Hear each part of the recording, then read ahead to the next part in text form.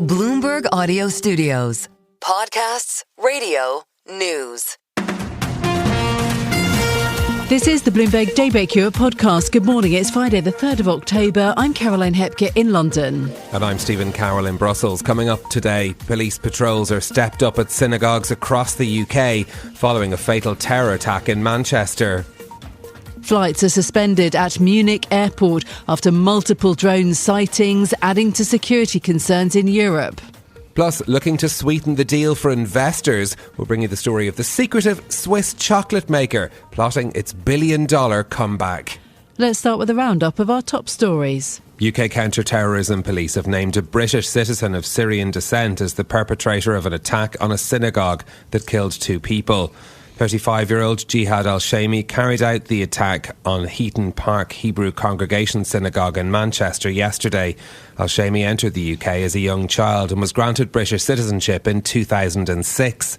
The Prime Minister, Keir Starmer, called the killings a terrorist attack that attacked Jews because they are Jews.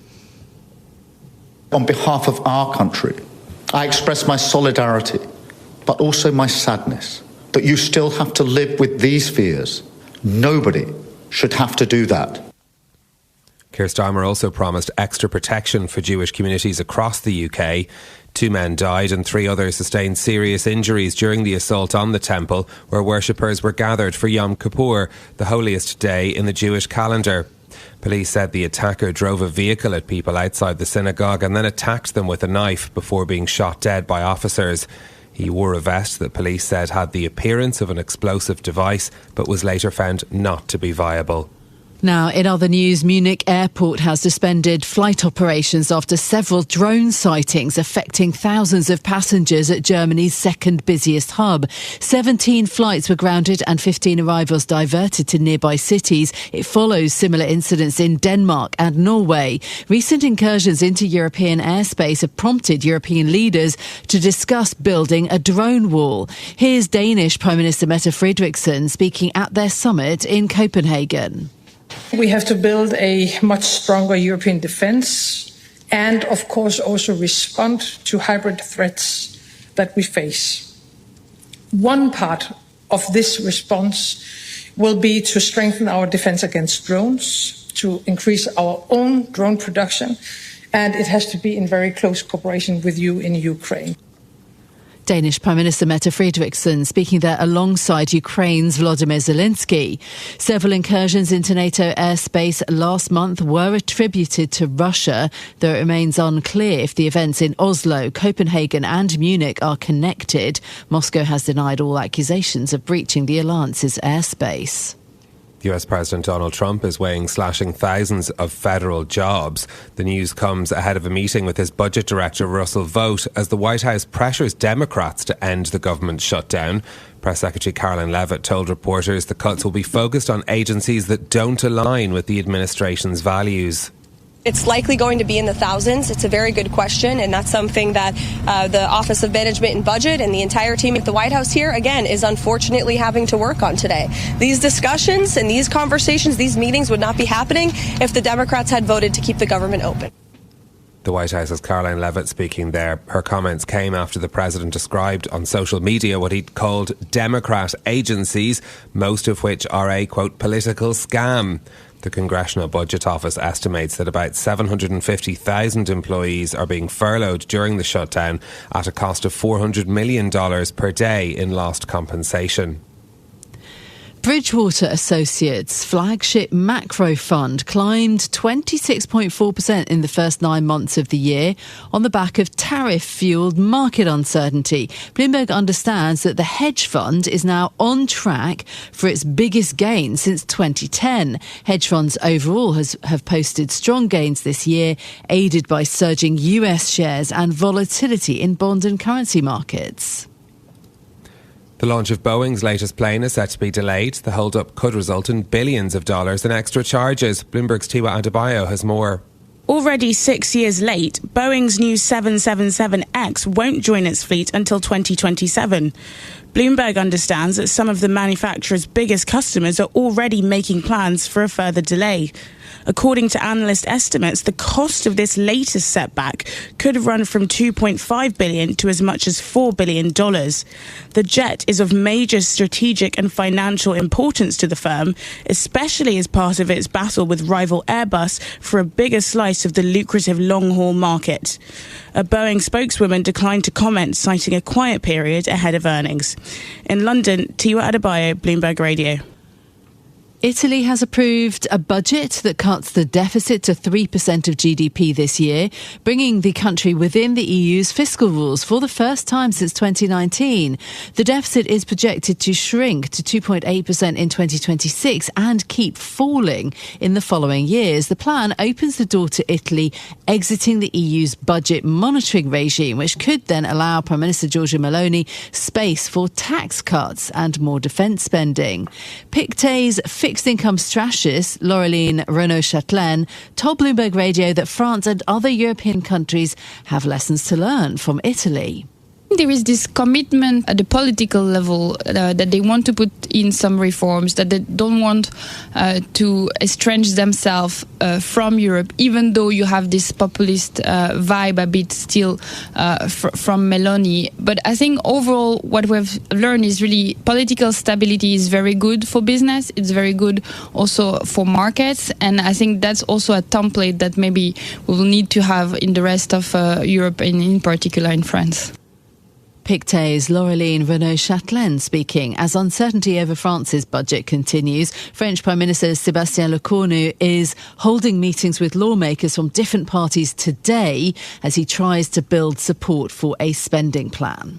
Those are our top stories. On the markets, the MSCI Asia Pacific Index is up by 0.4% today. We are seeing Japanese shares powering ahead, up by 1.7%, largely being lifted by technology shares. European stock futures are higher, 0.2% at the moment for Euro Stoxx 50. The dollar is trading 0.1% stronger. The euro is at 1.1717 against the dollar.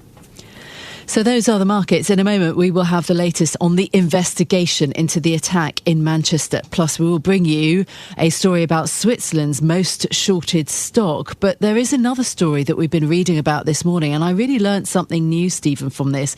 And I really enjoyed the images in this. The vulnerability of undersea cables that connect the world. Bloomberg's got a fantastic written story, but I think the illustrations allow you to really understand the power of this. Yeah, I mean, if you think about it, nearly all global internet traffic, so military communications, $10 trillion in daily financial transactions all flow through these subsea cables. So our team has been looking in particular at how regular cable cutting incidents off Taiwan have exposed the risks the network faces. We, of course, remember this off Denmark as well being a question too. And there are warnings in the piece that governments are years behind the curve in protecting this infrastructure too. And what this piece really exposes is, first of all, who controls the cables in different places. There's 4 companies that mainly make them at the moment, but also how you can trace the roots of how these cables connect different parts of the world. There's cables owned by a Chinese company that avoid India, for example. There are, geopolitical factors involved in how this network is created.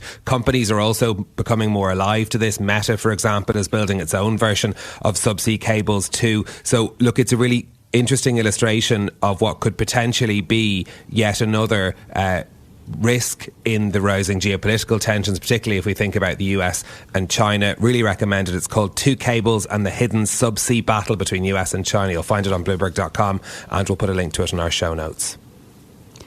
Well, let's bring you more now on the attack on a synagogue in Manchester yesterday, in which 2 people were killed. A British citizen of Syrian origin has been named as the attacker. He was shot dead by police. Our UK politics reporter James Walcock joins us now for more on this. James, what is the latest today that we are hearing on the investigation? Caroline, police are still looking into the motives, but they and the Prime Minister are declaring this a terrorist incident. They have named Jihad Al-Shamie, who is a 35-year-old British citizen of Syrian descent, as the perpetrator. And they have arrested 3 people, 2 men in their 30s and a woman in her 60s, on suspicion of the commission, preparation and instigation of acts of terrorism. James, how has the government responded to this?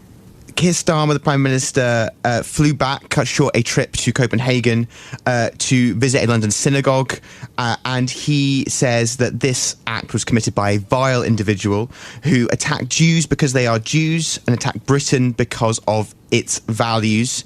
He continues to say that hatred against Jews is rising once again, and Britain must defeat it once again.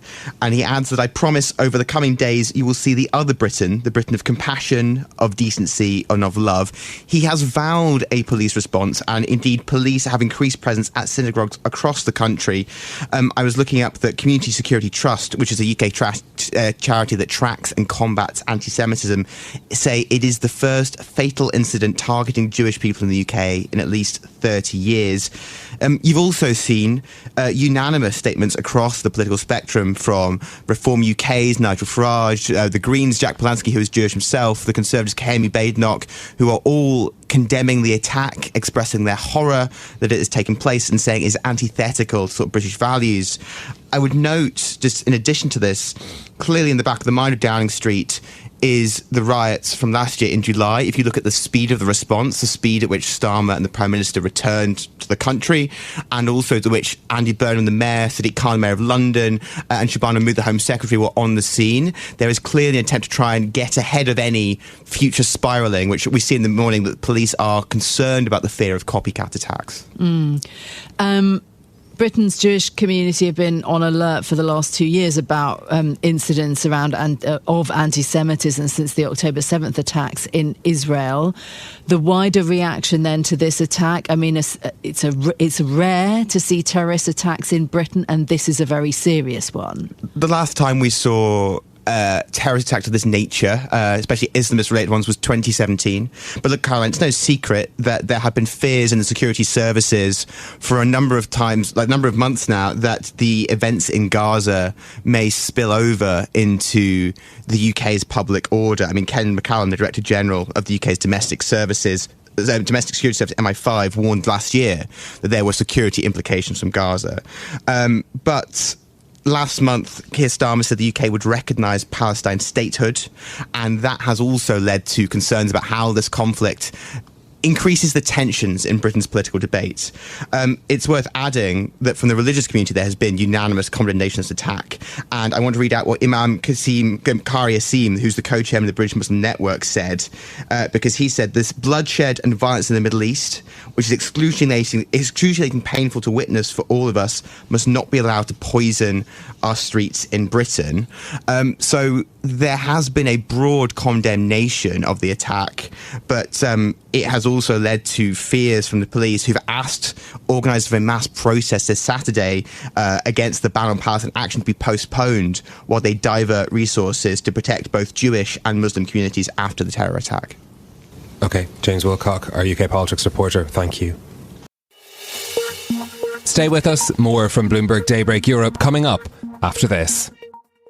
Now, the Swiss chocolate maker Barry Callebaut is positioning itself for a turnaround after its stock nearly halved in value. It's the world's largest cocoa processor, but it's also Switzerland's most shorted stock. So we wanted to bring you more on this story with our Switzerland reporter Paula Dunecki. Good morning. Thanks for being with us. Barry Callebaut is a big player in the global chocolate industry.